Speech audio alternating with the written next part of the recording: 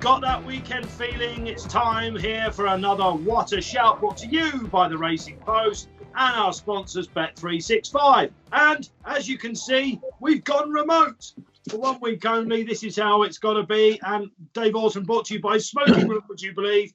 We've got Paul Kealy on the line. Let's have a look at Kills. Where is he? Is that the polo room, Paul?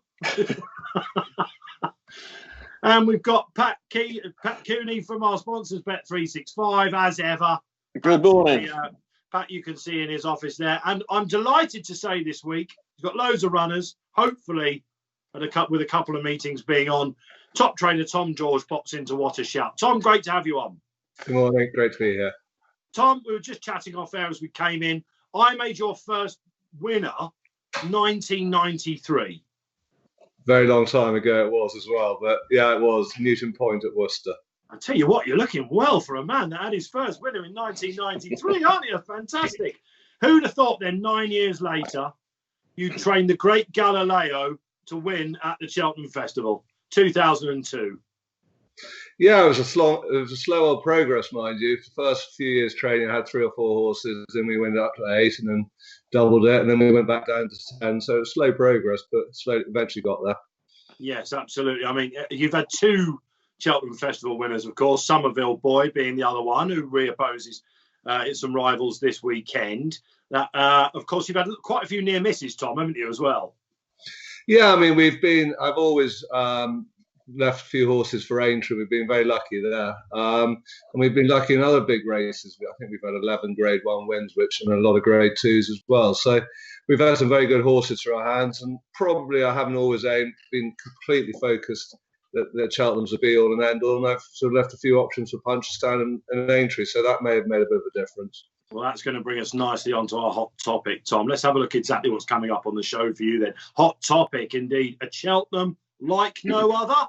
That'll be interesting, won't it? See what the panel make of all the news about the big festival in March. We'll then be looking at the racing clues in the past week. What have the guys seen? All the big performances. We'll be previewing the big races, couple of Grade 1s for you. Of course, the Welsh National. Fingers crossed that goes ahead. Great action at Kempton as well. We'll be looking at the big calls from the panellists in the studio. And, of course, the weekend winners. Okay, if you want to sign up to our sponsors Bet365, now's a great time to do so, because that referral code, it's still out there. Yep, shout365. Minimum £5 deposit for up to 100 bet credits. Terms and conditions, they still apply. Right then, hot topic this week. A Cheltenham like no other. It's been brewing, hasn't it? Will the Irish Raiders be allowed to travel over? Seismic. This reminds us, of course, of 2001 when the foot and mouth epidemic hit and the Irish said, we're not coming over. So Cheltenham was indeed postponed. Doesn't look like that's going to happen at the minute, although we have to say, in the current landscape, everything up for grabs. Whew, lot to talk about here. Kills, I want to come to you first, if you don't mind. From a punting point of view, Paul, what on earth has this made, A, of your anti-post portfolio, but what could this do to the markets? Well, it's a funny one, isn't it? If bookmakers aren't going non-run and no bet, you don't want to be backing Irish horses at the moment, do you? It's as simple as that. Now, we don't know what the situation is going to be. They allowed group horses to run at Royal Ascot, didn't they? But they didn't allow handicappers. So you could see something like that happening. But, I mean, like you said, it's all up in the air. The Irish vaccination programme is going to be incredibly slow by all accounts. So I don't know whether that makes any difference to how many people they let in or how many people they let out, or whether we start saying, well, we don't want them coming in yet. We don't know. I wouldn't be in a mad rush to be backing short prices Irish horses for Cheltenham. I've got to do an anti-post column every single week for the weekender from next week on, and it makes it quite tricky because obviously there are some very, very interesting horses from Ireland in virtually every single race. So it's a little bit difficult. I'd be looking towards British trained horses at the moment anyway. And I would be saying to British trainers, I mean, we've got all these entries coming up. You might be thinking of having 1 or 2 ambitious entries, because you get a race like the Gold Cup, we get rid of the Irish, and you've got Santini, Champ, and Frodon at the head of the market. Now, they're lovely horses. They're not absolute superstars. You wouldn't be afraid of them. And you notice that Venetia Williams has entered that Royal Pagaille the Kempton winner, who won a handicap of 140 the day after Boxing Day. So it's interesting. I would definitely think if I've got a half decent horse, I might be throwing a few quid, aiming a bit higher. Okay, we'll come to the entry stage. We'll come to some of the horses that are entered this weekend and how that might implicate it. Before we go to Tom, I want to come to Pat on this. Pat, what does your instinct tell you? What will this do? I mean, you've got, Envoy Allen, for example, in the Marsh. How would it be if someone's backed Envoy Allen out there now? They're starting to worry, are they? Oh, very much so. I mean, what we've been doing as a policy, Dave, over the last couple of days and so forth, is just shaving down these main UK trained horses. If a horse was typically 14 in places, we've just taken the view, let's be careful here. We'd probably be 10 or 8. So we're just preparing ourselves for that little safety net of, well, what if they can't come over? But a lot can happen between now and March, I'm sure. But they are worrying times. I mean, it's such a huge meeting for the betting industry. You just want it to go through as smoothly as you can. I read people saying that, if the Irish can't come at all, should there even be a festival? But these are the top turnover races in the calendar. Take out the Grand National and a few other races. These are high turnover days for all the industry. So the industry would want the meeting on for sure, Irish or not. Of course, we'd love to have these Irish horses over here because it adds just so much to the occasion. Right, let's come to Tom George with this then. Tom, Willie Mullins in the paper this week, you've seen everyone reading on the members section. He played it down, didn't he? He said he's spoken to Cheltenham. He's still preparing a full team. This is interesting, Tom, isn't it? I mean, what are your instincts on this, first and foremost, as a trainer?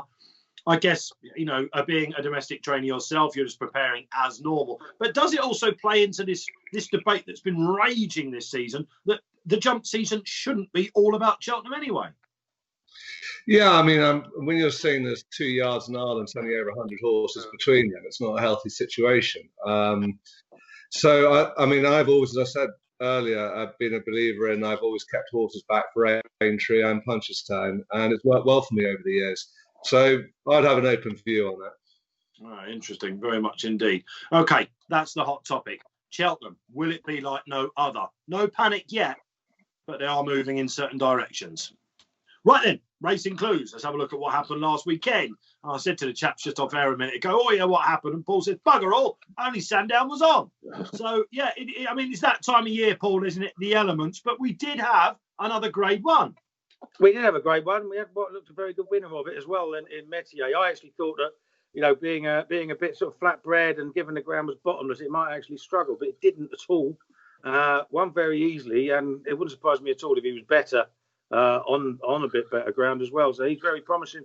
From a personal point of view, the one that interested me most was Iggrasil in the handicap chase, because he won very easily and has gone up £7 for it. Big boost to the former Sky Pirate, who absolutely thrashed him at Cheltenham the time before. Handicappers reacted, only giving him an extra £1 for what Iggrasil's just done. If they ran again, Iggrasil would only be £4 better off. Sky Pirate beat him on the bridle, didn't he? He's a very, very well handicapped horse. Will take the world of beating in the Grand Annual. This is becoming an imperial aura bell, isn't it? It is. 2020 was a weird year for me, Paul, but 2021's getting weirder. This is Sky Pirate we're talking about here. Yeah. You do remember Sky Pirate? Yeah. I mean, he's an absolute nut job, isn't he? Did you ever think going into 2020 you would be putting up this as your bet at the festival? Look, as good as any trainer can be, right? They can always make mistakes with horses over distance. I mean, that horse ran, believe it or not, in the Kim Muir a couple of seasons ago. He's a non-stayer at 2.5 miles. They finally found his trip. You saw what he did at Cheltenham. He's a 2-miler through and through, and he's probably still at least £10 better than his mark. Let's go to Tom George then. Memories, of course, for you, Tom, having taken up the toll work with Summerville Boy. What did you make of Metier? I was impressed with him. For a flat horse, he handled that ground very well. He couldn't have done any more than he was asked to do. I thought he was impressive. He beat a horse rated 130, didn't he? And the horse that was in third, Tile Tapper, had been beaten by him at Ascot as well. So what would you do, Tom? We were sort of umming and ahhing in the office after that happened, saying, hang on a minute, is the handicapper going to do anything to this horse? I mean, he's given him just £3 higher than his Ascot rate. It's no surprise to see him in the Betfair Hurdle, is it, Tom, at a Betfair handicap? Yeah, I mean, it's toward all of that Betfair hurdle. It's a hard race. I mean, I know novices have done well in it, but gives them a very, very hard time. I personally probably wouldn't be doing that. Like with Summerville Boy who went from Sandown to Cheltenham, that'd be the way I'd play it. But if they think that I suppose he's hardened from the flat, would be the advantage of running him at Newbury. But I'd just be a little bit nervous about it. We'll see what the weights say for that then. Pat Cooney, let's bring you in. We had the veterans final, didn't we? A seriously, engaging race. What did you make of See You at Midnight? Oh, I thought it was terrific, wasn't it? I mean, you could make a case out for him at his very best, as you could do for the whole of the field. I think there was just a lot of goodwill and people just happy to see the race run. There's some old favourites in there. I'm sure I've put every one of them in a place spot at some point in their career. It was a good race. I backed Potter's Legend. He blundered his way around, but still came with some sort of a chance. And you're talking about, should we have a mayor's race at the festival? I would have rather have had the Veterans Handicap. I think that would have been a much better betting spectacle. There'd be more runners, be more competitive. And I think it would have been a rightful day in the sun for these older horses. But the die is cast on that one. But yeah, I love the race. It's always good fun. Maybe double shuffle will win it one year. Oh, that brings us like soft ground. No, sadly.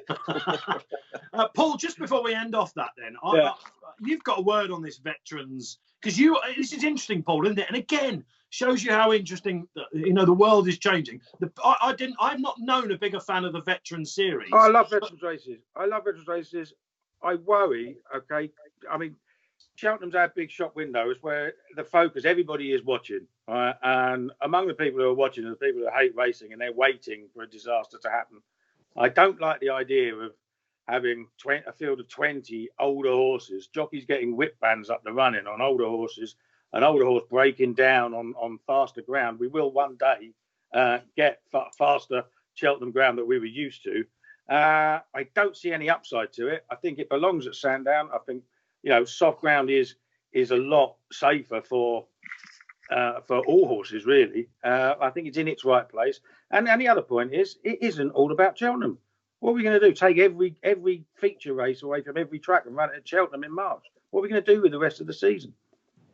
There you go, an interesting viewpoint. Then there were your racing clues. It was just about Sandown, but we did have a Grade 1. If the Irish don't come over, did we see the Supreme Hurdle winner?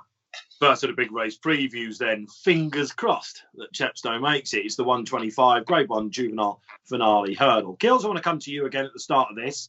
This was obviously due to run on the 27th, this meeting. We pushed it back to the second weekend in January. That means that Nassalam takes his place. What do you make of the race as a whole? It's a difficult one, and I'll tell you how difficult it is.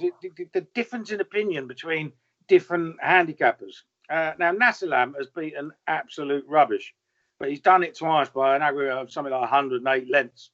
How do you put a figure on that? According to the BHA assessor, he's a £4 better horse than Adagio. According to Racing Post ratings, he's an £18 better horse than Adagio. That's a massive difference, isn't it? The betting, evens of 5-1, those two, suggests something in between the two, I suppose. But it's, how do you know? He's not quite the same as Goshen, is he? I mean, what he's done so far, Nassalam, he's actually jumped far more fluently than Goshen did in his early runs, and he's actually edged to his left. He did it at every single flight last time. He looks very exciting, but he has beaten absolute rubbish. What he's got to beat in here is another matter. I haven't warmed to Adagio. We don't know anything about Hugri because he's run 4 times in France. That form doesn't look particularly strong, but I couldn't really tell you for sure. So, hard to say. I mean, I'm interested. I think it's Nassalam to lose probably. The one horse I'm interested in at a big price for the future is Iggrasil of Nick Williams. He was third to Ellen Valley. That was his racecourse debut. He's a half brother to Sura de Lac, and he's a really, really good-looking horse. And Nick Williams won this race with Le Rocher a few years ago, and he's run 3 maidens in this race, and 2 of those were Rev de Civiler and Kustar Civiler.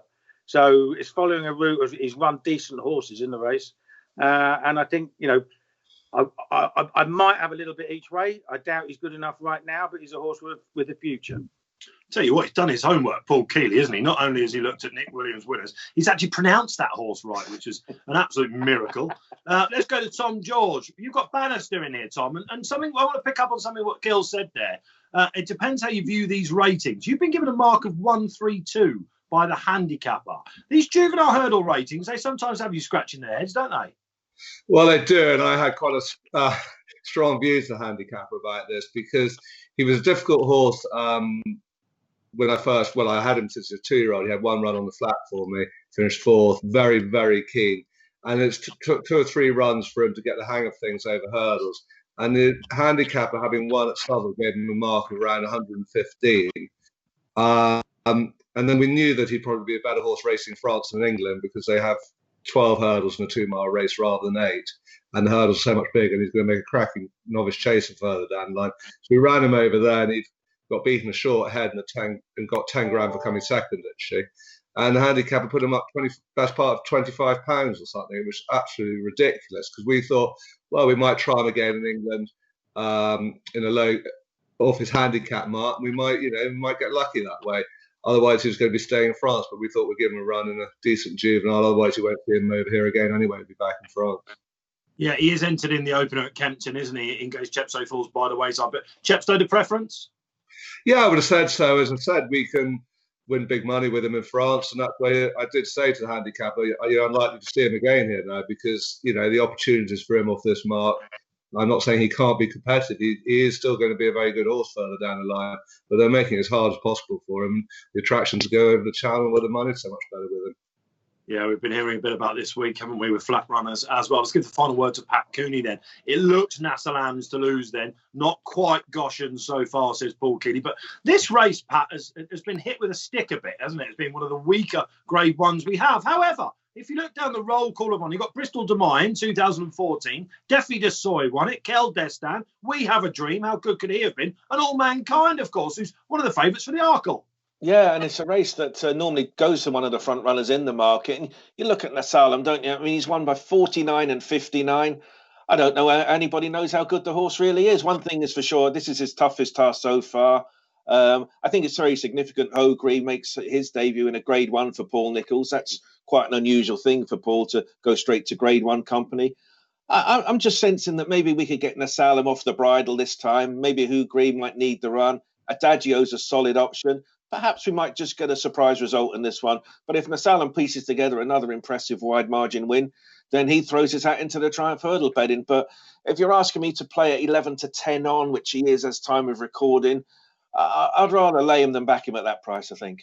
Interesting. Nassalam then might drift in a Triumph Hurdle division that's warming up. 220 then at Kempton. Rearranged from the New Year's Day meeting that fell by the wayside at Cheltenham, it is the Relkeel Hurdle.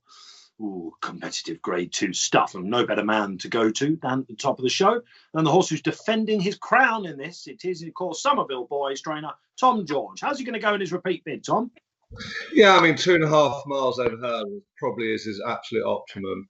Over 3 miles, he's been beaten 5 or 6 lengths by the absolute best. Probably not getting home quite. He just runs a bit freely. We've tried running him from the front and holding him up. Just a bit too enthusiastic. Those strong stayers over hurdles don't travel like he does. And we ran him back over 2 miles the last Cheltenham meeting, and he wasn't far off it then as well. So that says, on absolute extreme conditions, I'd say he'd put it up to the best over 2 miles, but 2.5 miles is probably his optimum. Interesting. I was looking at his profile, Tom. How come you kept him mainly to left-handed tracks? Has that literally just been a case of the races being that way? Because it's not like he can't go right-handed, is it? I think he's 1 from 3. It's never crossed our mind, to be honest. I think it's just where the races have been for him. We haven't, that hasn't ever come into the equation. That's interesting, isn't it? Call Me Lord, of course, Nicky Henderson. He couldn't go left-handed, and then, of course, the first time he does, he goes and wins an international hurdle. So a pinch of salt there for those of you that look into those things. Keels, let's come to you. McFabulous, of course. Outstayed by Paisley Park and Time Hill, who beat him at Newbury on his, first dipping his toes into the big boys. Everyone had him down for this afterwards. Is he a good thing? Not necessarily, no. I mean, you say outstayed, but was he found out on our figures and on the BHA figures? That's the best run of his life, but he got beat. So either he's got a lot more to come at a shorter trip, or this is as good as he is. I think Paul Nicholls himself said he wasn't entirely sure how far he could go. Maybe he's found a limit. Maybe he's a specialist 2.5 miler. What he's done on the form book does not entitle him to be the price he is. He's got a penalty, a £3, a half penalty for winning the Persian War, whereas Summerville Boy has obviously got to carry 6. So yeah, I think he's too short. I wouldn't worry me at all about Somerville Boy right-hand. Don't forget he thrashed Kalashnikov in the Untitled Hurdle himself at Sandown. I don't think right-handed was a remote issue. But I think at the weights, the one to beat is You Never Call, who has run in the same handicap hurdle at Kempton 3 times in 5 years. Won it twice, but got beaten a nose. Those are 3 runs at Kempton. Similar distance behind Time Hill in the long walk as McFabula was in the long distance hurdle. Really likes the place, and it doesn't have any sort of penalty. And even though he's 10, he probably comes out just about the best at the weights, and he's gonna make the running. Now, if he doesn't get taken on by Summerville Boy, he'll have a free run up front. I think he's got a big chance. Yeah, Tom, who's the threat to Summerville Boy, do you think, on paper? I'm not particularly too worried about any of them at the moment, to be honest. I think we've probably got the best horse in the race, and I think over 2.5 miles it'd be a good one to beat him on the day. Happy days, some confidence from Tom George then. Just the 7 runners, Pat, if they all go to post. Are you expecting Fabulous to be a real snap-up for punters, or...? Yeah, he's the type of horse the punters will latch onto at that short price. He lost nothing in defeat in Newbury, did he? What, Paisley Park and Tyne Hill? You know, that was a decent enough run. And like you just alluded to, we all penciled this race in as well. We'll probably see him next. He's no bargain, though, is he, at his current price? We're just pricing him on the basis he's bound to be well backed. But there's some solid opposition, aren't there? Somerville Boy, Thomas Darby, Call Me Lord. It's going to be a proper test of a Grade 2 for him. He has got that £3 penalty. It's one of those things, isn't it? You know, likely winner, yeah, probably. A bet, not really. He's another one at 6-4. You know, we've put him in at 6-4, knowing that we're going to be laying him because he's such a popular horse. But, you know, we're just pleased as the 7 runners. It had a real lot of dead 8 each way appeal about it, had there been 8 go to post. But at his price, again, as a favourite, I'd rather lay him than back him at his price. And the likes of Somerville Boy at 9-2, that seems a much better deal to me. But McFabulous likely winner, yeah, bet no. An added bonus at Kempton, then the 220s, the Relkeel. Superb that they have got this back on for us. And whatever you make the favourite, it's a fabulous race. Time for the big calls, remote big calls for you. I wonder if that means anyone's going to get a bit bolder. Pat Cooney, I want to come to you first with your big call. Yeah, in view of Foss-Lass, the late decision to abandon yesterday, I was wondering what we all think about when is the right and appropriate time to abandon a meeting, given that there's no crowds there. I mean, from a betting side of it, I'll give you my take on it. 90% of all bets on a race are struck in the last 5 minutes in the build-up to a race. So from our point of view, we're fine with yesterday's decision at Foss-Lass. It was, 15 minutes or so before the advertised off time. Calling it off at 10:30. I'm all for giving it every chance, given that there's no crowds in attendance. But I get that it's a frustrating day for it. I just wonder when is the proper and appropriate cut-off time. I'm happy with what Foss-Lass did yesterday, but I know others were certainly disagreeing with it. Tom, let's go to you on this then. How would you have felt? I didn't see any Tom George runners at Foss-Lass on the Thursday. What about Ayr, though, on Saturday as well? Kim Bailey went all the way up, didn't he, of course? Loads of trainers. How do you feel about these final decision calls? Well, they're obviously giving the meetings the best chance they can. I mean, I always have to weigh it up. You know, that's when the horse leaves home, you know, that's a chance you're going to take. So on that angle, you know, quite often we'll say that we're going to give that a miss today because we don't want to take the chance on it. But if you send him that, I'm afraid you've got to wait and give the course the best chance. I mean, some of the trainers and jockeys are happy to run on frozen ground and others aren't. And I suppose it's each one for themselves. That's the point. But if you send your horse there, I think that's probably the chance you're taking, personally. Okay. All right, Tom, I'll stick with you then. I asked you about a potential big call. You've just weighed in on Pat's there. What about some horses that we're not sure about from your stable, some of the unexposed ones? There's one that I mentioned to you that got chinned at Exeter in December. This could be a good horse, couldn't it? Yeah, that's the Brass Man. He's been second in 2 novice hurdles. Everything he's going to do over hurdles is going to be a bonus. He's very much a chaser in the making. He jumps his hurdles like fences. He's going to be a 3 miler at the end of the day, but he'd have the pace to be competitive over 2.25 miles, 2 miles over hurdles. He'd be an exciting horse to look forward to next year for sure. Fascinating. Then a dark one from the Tom George stable, a chaser in the making. Kills, what's your big call? The BHASS has always said they keep their own handicaps for the Irish. So why can't we see what their Irish ratings are now? Why do we have to wait a couple of weeks after the handicaps for Cheltenham? I don't understand it. Let me give you an example. Chatham Street Lad absolutely bolted up in the Caspian Caviar. The Irish handicap was put him up £10 from what he ran off. There's no way on earth the British handicapper is going to let him be just £10 higher for winning the Caspian Caviar by 15 lengths doing handsprings. But I'd like to know what he is, and we haven't got it. Don't understand it.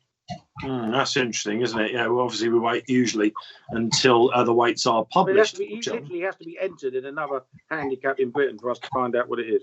Though it sometimes messes up the entries, doesn't it? And of course, people like Gavin Cromwell have done it in recent years. But Arthur Moore used to be a master at this, didn't he? Enter a horse for a race he's not going to run in, see what rating we get, and then we can decide. Well, it's what happens. I mean, and Pat will tell you, because he's obviously doing the pricing for races. When he comes to trials day at Cheltenham, you get loads of horses from Ireland entered at Cheltenham. You get a few entered at Doncaster as well. None of them are intended runners. They're just trying to find out what their marks are going to be. That's interesting, isn't it? Okay, my big call then. Again, will we or won't we see Envoy LN running at the Cheltenham Festival? Even if we do, have a little bit on Allard. That's what I'm suggesting. I'm hearing all sorts of confidence about Allard going forward for the Marsh Chase. They're really confident about his next run over an extended trip. They think he'll come through that. I think we'll be looking at a single figure. Certainly second favourite, maybe even favourite on the day. Lots of juice in Allard's price at the moment. Of course, Team Edison's or Dusart, awful accident with him at home. He's on the sidelines. Hopefully, Mr. Bartlett can have his owner a bit more luck at the Cheltenham Festival. Pat Cooney. Yeah, well, as I say, I was about the meetings being called off, but I was just interested to ask Tom while he's here that about the sourcing of horses now. We're obviously into the big money signings. Going back to Galileo when he had the Polish experiment, shall we say, when he had these horses coming over from Poland. What was the success for it? What was the thought process behind getting Polish horses? And whatever happened to that train of thought? Yeah, well, it was a long story behind it. But I first went to Poland with a vet, and we went and bought a couple of very low grade. Well, they were probably the best horses in Poland, one of the best horses in Poland, but very low grade rated they'd been running in over there in comparison to England. And one was a horse called Kovacic, and I think I paid $3,000 for him. And he ended up, I ran him in a selling hurdle first time out at Fakenham. He ended up breaking the track record. I think he still holds it to the day. Cost me $15,000, best part of, to get him back again. And he ended up being a good handicapper for us, and he won a 2 mile handicap chase at Cheltenham. And it was over this period I thought, well, he was sort of getting near the top of the tree over there, and so I'd go and buy the best ones over there. And we got them for unbelievably good money. I mean, Galileo cost me, I think, $18,000 at the time. And he obviously got the show rolling for us, but then all the prices over there called up the rest of Europe. So just stayed at home after that. I see.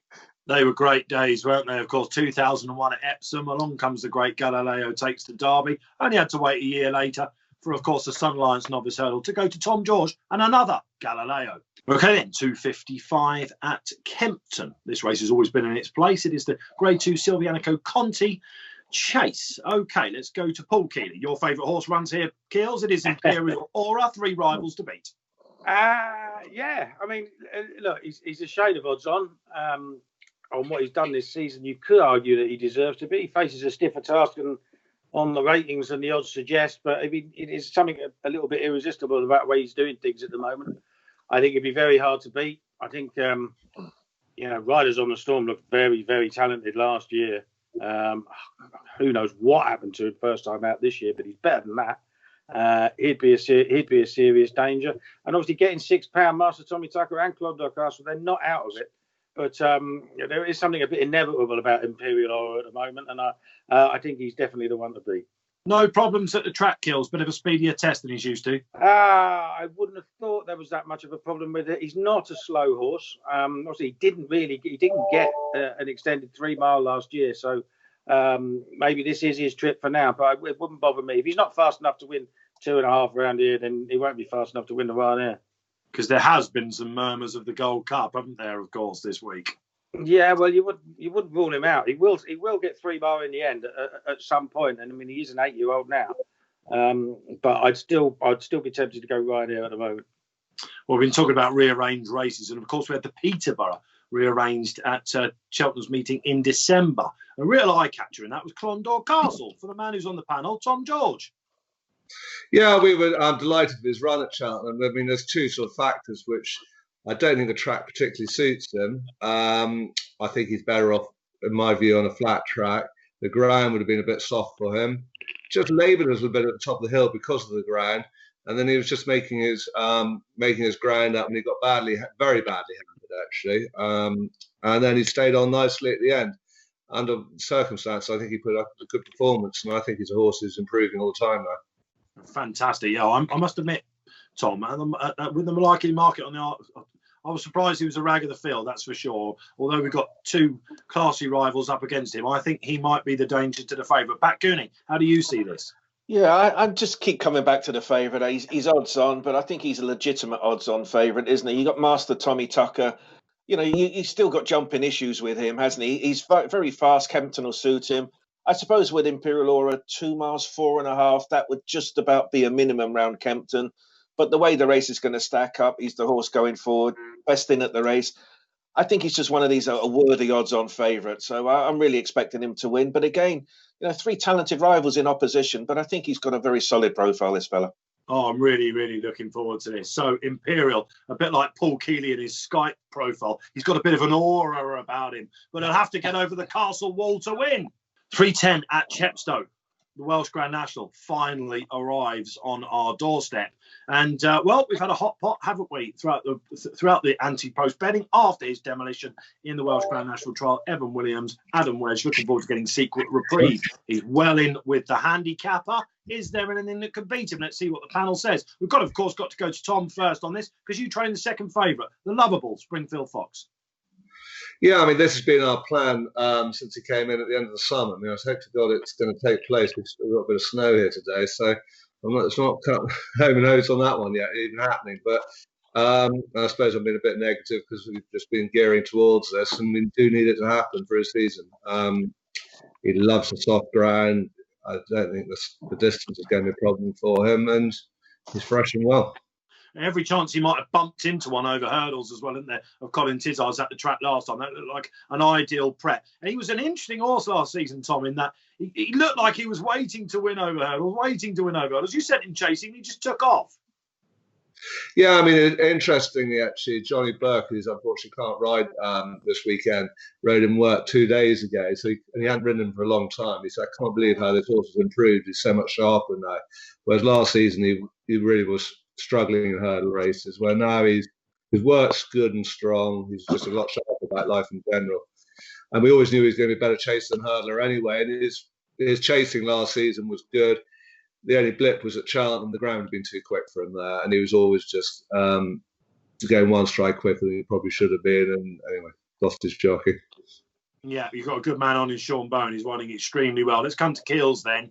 So Springfield Fox, he's going to be popular, Keels, isn't he? Tom's obviously exuding confidence about him, got him where he wants him. Can he possibly beat this Fav? Yeah, he can. I mean, obviously he's very well in secret reprieve. He did look really good at Chepstow the other day. Beat the 2 Amigos. He was 5th in the Welsh National last year. He did fall at 8 at the time before though, so he's hardly bomb-proof. And he's got to prove that he stays at, another 3/4 of a mile. So, you can find reasons for taking him on. Springfield Fox, he's lightly raced. He's got a low enough weight as well. I've backed Lord de Mesnil. I just think he's running two wrong races this season over, short of 3 mile when he's an out and out slogger in a bog. And if he'd have been ready last time at Aintree, he would have run in the Beecher rather than the Grand Seft, and I'm sure it's just a case of prepping him for this. I like a prominent runner at Chepstow too, and he's just going to be up there all the way. Got a fair old weight on his back, but I think he's deserved it.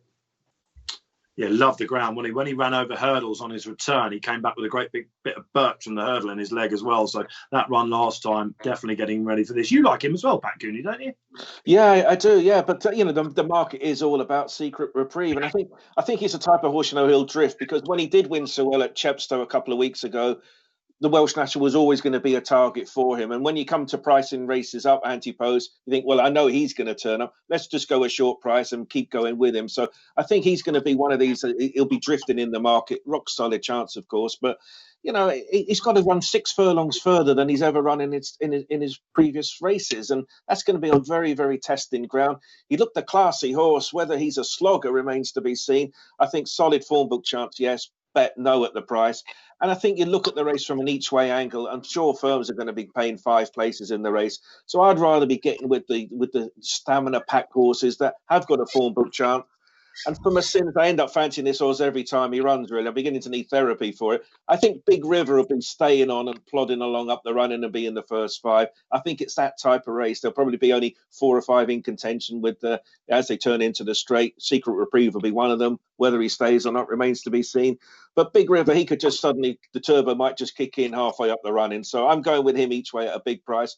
And I would rather back 2 horses each way at, say, 16-1 than Big Secret Reprieve at round about 7-2 or 4. Fav looks like he might drift a bit then, doesn't he? I'm going to throw one in here. Calypso Clarence, Ollie Murphy. Jack Tudor on, still claiming 3 Jack Tudor, would you believe it, despite having won the race last year. Watch him back in the aforementioned Beecher Chase. Caught the eye for a long way. So Secret Reprieve, of all the favourites running at the weekend, he'll be the fascinating to watch early doors in the market. 3:30 at Kempton. Delighted to say it's the Lanzarote. I'm going to indulge myself here, chaps. One of my favourite handicaps. Anywhere, flat, jumps, whatever you want, basketball. I love this race. I think you can often pinpoint that one out. Now, the trainers over the last 10 years, if you're into trends out there, all your followers, you know that they've been reading them as well, because so many horses tick the boxes for this. We're going to need some help. Let's go to Paul Kealy. Yeah, it was one of my favourites until last year. I had a good old bet on Debesty Man, and including the double at Kimberlite Candy, who'd won the Warwick Classic. 3 legs clear going to the last unseated rider. I was devastated. Oh, I think I've got as good a bet as the Bestie Man was last year. Let's just hope he stands up. 1 True King, Nigel Twiston Davis. I think he's absolutely crying out for a step up in trip. He's been really, really progressive this season. Run 5 times, never out the first 3. He thrashed Elysian Flame last time at Leicester. He was entitled to do so because that's a decent flat horse, but a right clumsy jumper. But it's 2 seconds at Cheltenham to Tegerac and Lively Citizen. They're solid for. He looked like dropping out and dropping back to 4th or 5th at Cheltenham at the last, the second time against Lively Citizen, but really put his head down. And looking through this race, he's got no pace pressure at all. He looks like he's going to get a total freebie on the lead. And I know that sounds daft in an 18-runner race, but it can happen. Happened when Not So Sleepy at Ascot recently. And I think if he does stay, and he's by getaway, he's going to stay. If Sam Twiston Davis gets the fractions right out front, he will just win. Oh, that's interesting, isn't it? I thought of one of the shorties, he was interesting, but then I looked at the White Mouse, thought she was interesting as well. I thought there's a horse in here, guys, if he puts it together for Fergal O'Brien, Conor Brace on polish. Watch him back at Kempton in your replays when he ran there behind Downtown Getaway. He absolutely walked through the 4th last. This horse has a big race in it. Kealy, I can hear a little bit of resistance coming from you. I know, I've backed him a couple of times, mate. That walking through the 4th last, he's walked through several hurdles in his short career. And in an 18-runner race around Kempton, he's going to walk through 3 or 4, isn't he? Well, I think at a price, I'm going to take the chance, Gills. He's got Conor Brace on, massive fan of his. And like I say, there is one in him, and I wanted to take a horse at a price. Tom George, have you had a look at this cracking Lanzarote? I have actually. The first thing I looked at, I'd won it in 2002. It was worth £8 more than it is tomorrow. So that's the first thing about the race. That was the first thing. Tom, who's the winner? A horse called Majlis for Terry Warner, ridden by David Dennis. So that was the first thing. So we've got a bit of catching up to do there. I mean, I think I charged £100 a week in training fees in those days. So, I mean, it doesn't bode well. But so I did have a look at it. Actually, I had quite a few horses with form. The favourite, Everglow of Philip Hobbs, who's beat a horse of mine at Ascot last time called Fearless Fracas. Lovely horse, he's going to make a cracking chaser again next season. The handicap has given him a mark of 115. And it looked like it could go either way turning in. Okay, the Hobbs horse did win nicely in the end, but Fearless Fracas wouldn't be up to that kind of thing at this stage. He would be over fences, but that type of hurdle race. So I'm not sure that's a worthy favourite personally. I'm going to enter Fearless Fracas today at Bangor, I think. So his mark could be changing if I'm wrong. Yeah, Philip Hobbs has got a rotten record in this race as well. He's just had 2 places from 8 runners. So again, I think we'll see him usurped as favourite. Who by Pat Cooney? Well, I think One True King, as Keels has alluded to, has got that a better looking profile. But, I was looking at this race. I love getting with the unexposed handicappers, the handicappers on the way up. But this time around, I just keep coming back to Hunter's Call. He's the 11-year-old in the race. He's the oldest horse in the race. So that completely throws my initial theory out the water. But he's won a big handicap like this in his past. He ran well off this mark of 137 last time out. If you weren't watching the race and someone said to you, what won the Lanzarote Hurdle, and you said Hunter's Call, you wouldn't be overly surprised, would you? And I think he's going to be a double-figure price. I'd rather be backing him, the rock-solid handicap form, than the likes of Everglow. Interesting, what I will say about Everglow, we put the prices out on Monday. He was the first horse we laid to good money. I think we were 8-1, and he was the first one everyone wanted to be on.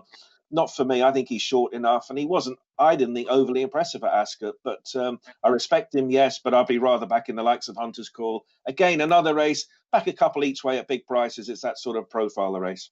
It is the Lanzarote, and it's a real treat. Across the RSC go we then for the 2:30 at Naas. Oh, this is a who's who of previous winners. In the lawners of Naas Grade 1 Novice Hurdle. There's going to be a short price favourite, and this in the shape of Bob Ollinger for Henry de Bromhead. Of course, whatever wins this usually goes on to the Ballymore, maybe even Albert Bartlett sometimes, but usually the Ballymore, NYLN, last year. Kills, this is another one we're looking at. Or are we taking him on? Yeah, I'll take him on. I mean, he's obviously a very talented horse. Whether he deserves to be quite so short. And again, it's one of those, when a horse wins at a big price, he's not necessarily given as much credit as he should be. And I'm talking about Ashdale Bob here for Jessica Harrington. She beat Wide Receiver in a maiden in November. Wide Receiver came out and actually runs in this race, came out and franked that form. And he went to Nava and won a Grade 2 there, beat Fakiera by 6 lengths very easily. But he was a 14-1 shot. And my argument is, had he been 6-4 there, he'd be 5-4 here. That was a really, really good run. I think it's probably the best form in the race. And it just strikes me as being the wrong price. It's about 4-1 shot, isn't it? Yeah, I have to say, Kills, I'm totally with you on this. Of course, Blue Lord for Team Mullins, Isaac Swade, Simon Mounier. It's connections, isn't it, with that chap? Of course it is, yeah. I think he slightly needed it when he won on his Irving day before them. The market suggested he would. And they're purring about him. But he can't be ahead of Ashdale on the market, can he? Yeah, of course. I mean, it's the Mullins unbeaten horse factor. Lots of gossip. Might be a very good horse. I mean, it might come out and bolt up, but he's got, best part of £20, I suppose, to find out what he's actually done in winning one race. Yeah, I think Jessica Harrington might hold the key to this as well then, Kills. Okay, this is a perler. It's a Sunday treat. We're on Ashdale Bob. Right, and let's bring in the guys at myracing.com. Great to have them along board every week. They give us a double to look at with their expert tips and analysis. And they're going in the 110. They're going for Espoir de Rome. Massive form chance he's got, hasn't he? For Dave Bass and Kim Bailey. And in the 255, they're taking another chance with this chap. It is Riders on the Storm. Right then, time for the weekend winners. Not so much pressure on. We're usually huddled in together, giving each other some stick about these. But let's go to Tom George, because there'll be lots of viewers watching this, Tom, saying, hang on a minute, they've not mentioned the 145 at Kempton. One of my favourites is in here, and one of perhaps Kempton's favourite sons in recent years is Double Shuffle, running in the 145. He's got a chance, Tom, hasn't he? Yeah, I mean, the first thing about Double Shuffle is we all know he loves Kempton. He'd had a sort of bad time last season. He just never, ever got any reasonable ground of any description, and so it was tough for him. And then his comeback, his most recent run, it was only 13 days ago. He really showed the old fire still there, and he looks unbelievable in himself. His work's been excellent. We've kept him very, very fresh because we're running him back quicker than I normally like to.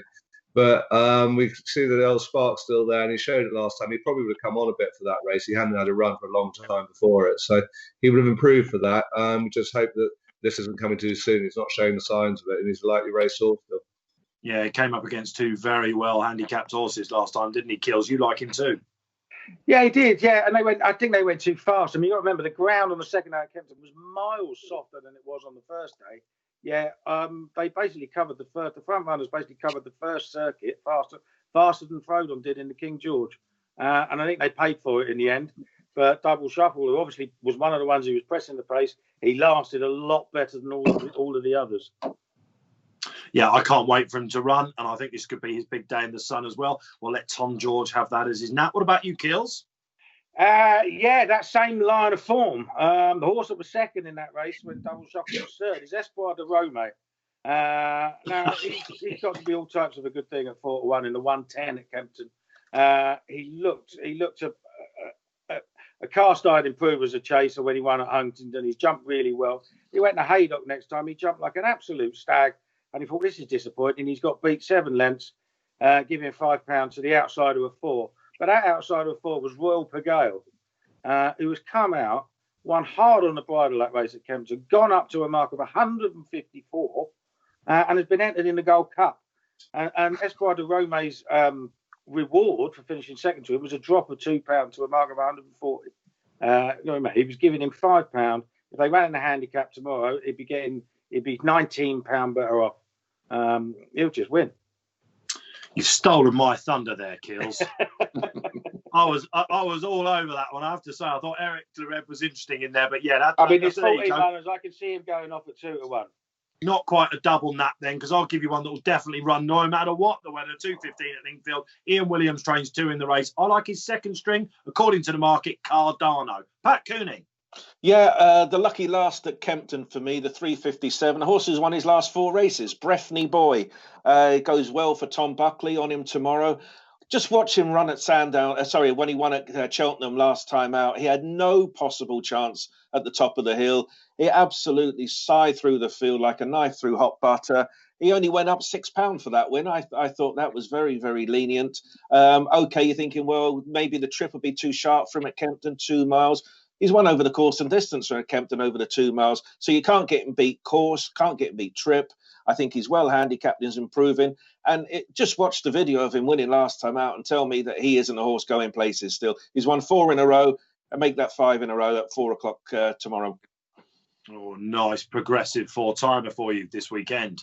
Well, that's it then for this weekend's What a Shout. Listen, it was remote. We do it how we have to, but I think you'll agree the production has been absolutely spot on and there's been some wonderful insight. We know you want the content out there, so while the racing's going ahead, we will give it to you. Pat Cooney, thanks for joining again. I'll tell you what, Pat, having done that this week, it's starting to get a bit cold in here. The studio's warm. I'm never going to take the mickey out of your office again.